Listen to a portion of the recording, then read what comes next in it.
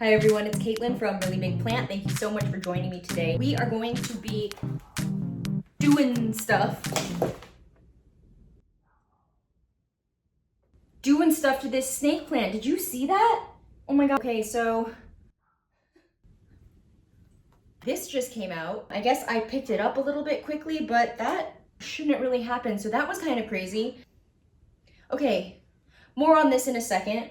But what I was going to say is we are going to be taking this snake plant out of the pot and seeing what's going on inside. I'm especially curious now that this one just fell out because I thought I had a pretty well-established plant, but I guess we're gonna find out. Snake plants grow by rhizomes, which is like a horizontally spreading root that then creates pups, offshoots, at any point along the rhizome. So sometimes snake plants can grow like other pups really close by to where the original parent plant is. Sometimes they can wind their way all around the pot before putting up another pup.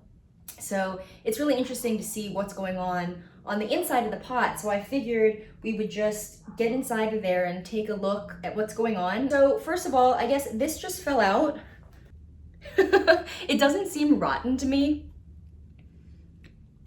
What this to me seems like is the grower might have just stuck this in the pot. It's possible that this plant was created by just grouping a bunch of plants like this one together, although I thought that that wasn't the case because when I usually shop to pick out snake plants, I like to squeeze the nursery pot to test for firmness because the way snake plants do grow by rhizomes, they usually get really tight and root bound inside the pot, and that's usually a good sign. That's what I look for when I'm shopping for a snake plant, because then I know that there's a lot going on down there and it's healthy and it's growing and it's going to get bigger, as opposed to a pot that you can kind of like squish around, because it usually means then that that plant is formed with pieces of individual plants that are stuck together in a pot, which is fine too. There's nothing wrong with that. It's just not a complete like root network underground in the way that I'm hoping to see in this large plant. So I'm gonna just bring you down onto the floor and we can take a look.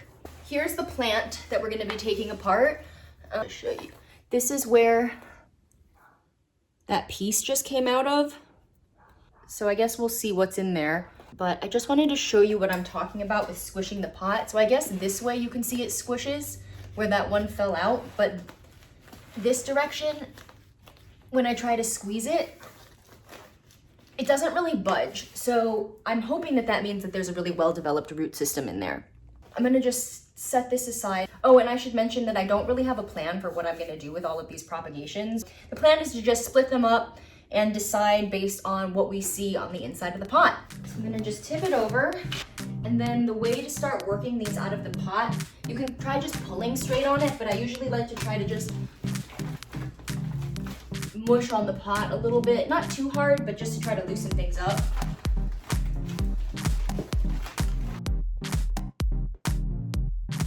Sometimes these can get really stuck in the pot and you need to use scissors to cut them out. When you do that, just be careful to try not to gouge the plant, but sometimes it's really hard to tell what you're doing. Sometimes a good technique is by sticking the scissors into one of the holes on the bottom or the side because the plastic isn't as thick, and then you can kind of rip the pot apart. But I think for this one, I'm gonna be able to just take it out. So I'm just grabbing hold of some of the plant.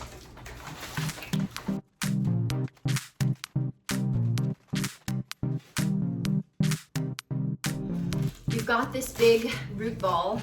These other pieces aren't just falling out the way that I worried they would after that first piece came flying out. It's pretty well rooted.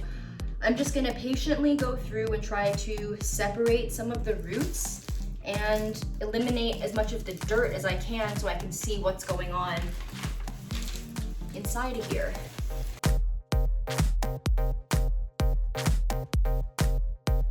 You want to be careful that you're looking for little snake plant babies, because sometimes there's little babies hidden in the soil that you don't want to be too rough on. Okay, so you'll reach a point when you start going through the soil ball that you feel something rock hard on the inside. Those are the rhizomes, so it's a good sign.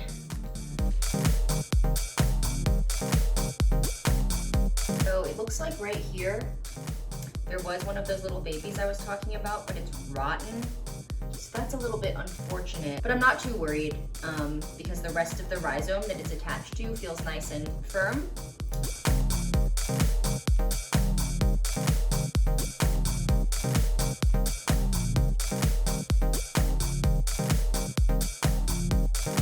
Okay, so this is really cool. I want to show you.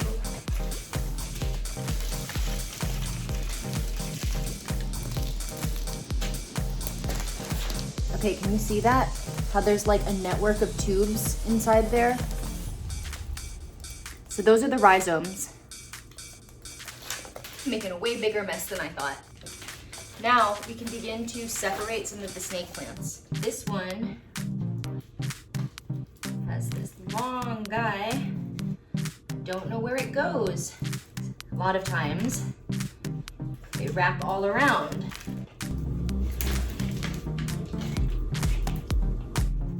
Okay, so I accidentally just snapped this piece off, but that's okay because I was gonna separate them all anyway. Okay, I figured I should just bring you in for a little close-up on these roots.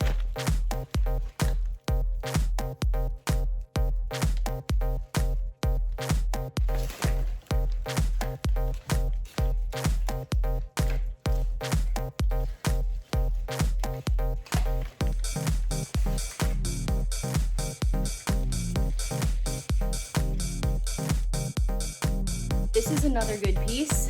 This is all one big chunk.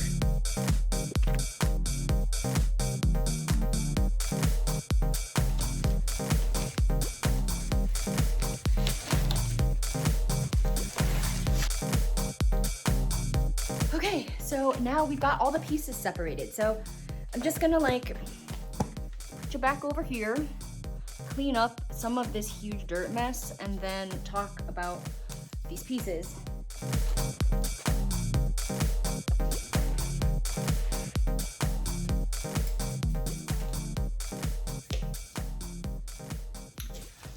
Okay, so I am struck by inspiration suddenly, and I know exactly what I want to do with these snake plants, and I do not have the supplies to do it. So when I look at this, I'm inspired. I want to make a long wall of snake plants and just plant these up just like this, and then stick the whole thing over in my front area where I've got a palm tree over there right now, but full disclosure, I just put it there for the video. It's way too dark for a palm tree. Please don't put palm trees in dark places. So I probably will put this snake plant over there. I'll show you where I'm talking about. You see that? See that palm tree right there? It doesn't live there. It normally lives in my bedroom where it's much brighter, but I just put it there so it could fill that space because it's just a white wall. But when I see these snake plants, I'm just gonna show you like this. They'd be an amazing wall. So here's what I'm gonna do. I think tomorrow I'm gonna go out to the garden center and buy all the supplies I need to complete this project. I'm getting ahead of myself. I am going to propagate one of these still. I don't want to split apart this big one because actually I'm really impressed by this root system. I need to just get over it. So you can see we've got a big system going on here. And then what I'm gonna do to propagate them, rhizome division. For snake plants, I usually just literally do this. Break them. Sorry if anyone's cringing. Sometimes it's better to do a clean cut for sanitary purposes. I've got my pruning shears right here. You can just cut the ends so you've got a clean cut if you are feeling like that was cringeworthy. But the main thing is to just keep some of the rhizome and keep each piece with a little bit of root attached so that it can root out best. This one here, just gonna, should I cut it? Should I break it? I'm just gonna break it. This is what I do. Just snap them. Just like that. Do one more. Bam. All right, so now what I'm gonna do, this is actually good timing because when you do start doing the rhizome division, it's always a good idea to let the wound callus over for a little while, especially if you're like me and you're just hulking them apart. Okay, should I cut them off? Whatever, it doesn't matter. So now I'm just gonna leave these out Gonna leave them out overnight. I have to go out to the store, the garden center, to buy the supplies I need to complete this project. It's gonna work out. I'm gonna let these just chill. I don't know where I'm gonna put them. I'll be back soon.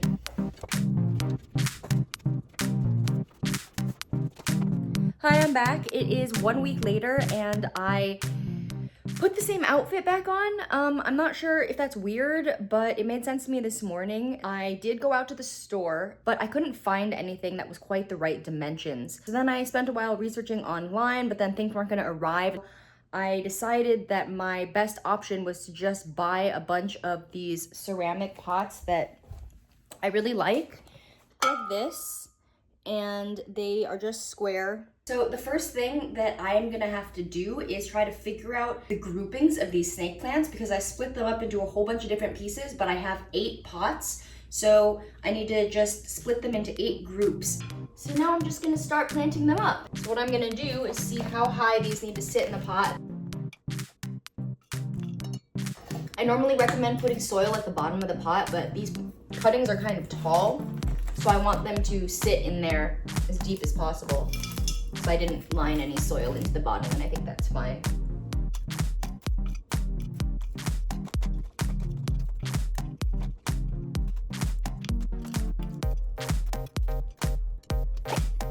That was super easy.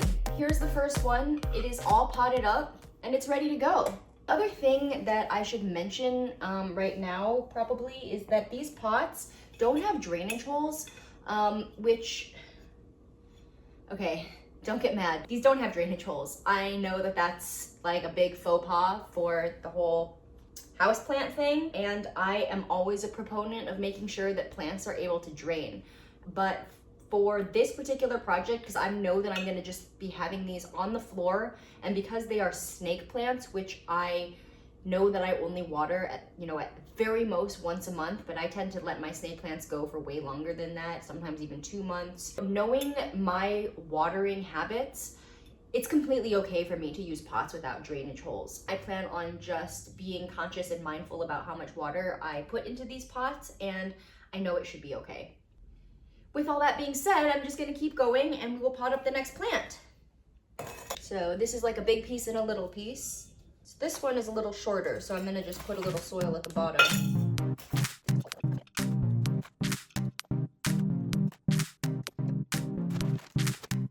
The third one.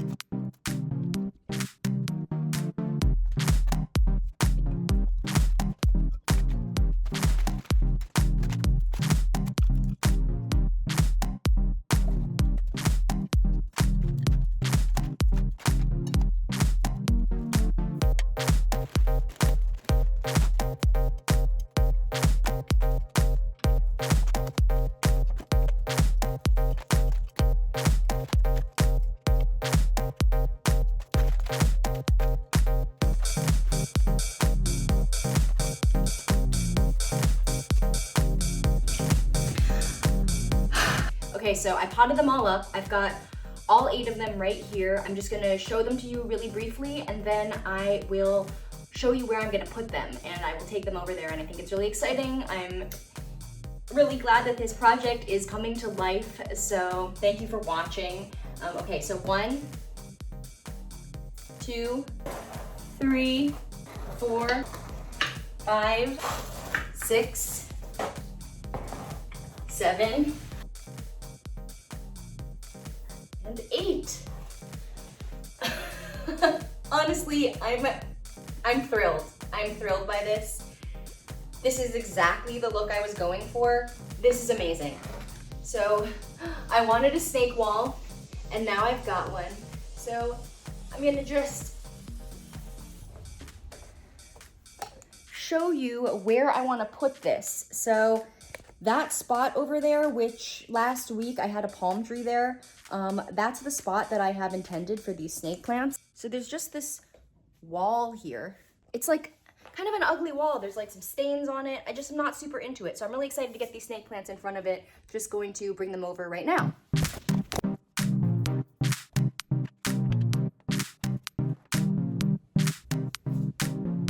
Hooray! I love it. They are all the way, turn you around in a circle, This is my crazy apartment, and the windows are all the way back there. So having the snake plants all the way on this darker kind of spot works out really well for me. So here we are with our snake plant wall. I am really, really happy with the way this turned out. Snake plants are so forgiving and so easy to care for, and you can put them anywhere in your home. It's actually just a designer's dream. I also think a really good way to use this and incorporate this as a design element in your home is if you have a mounted TV and you have cords that hang down, you could put a snake plant wall all the way in front of your TV wall and hide all of your cables. So I think that would be a really cool idea and would totally be what I would do if I had a mounted TV.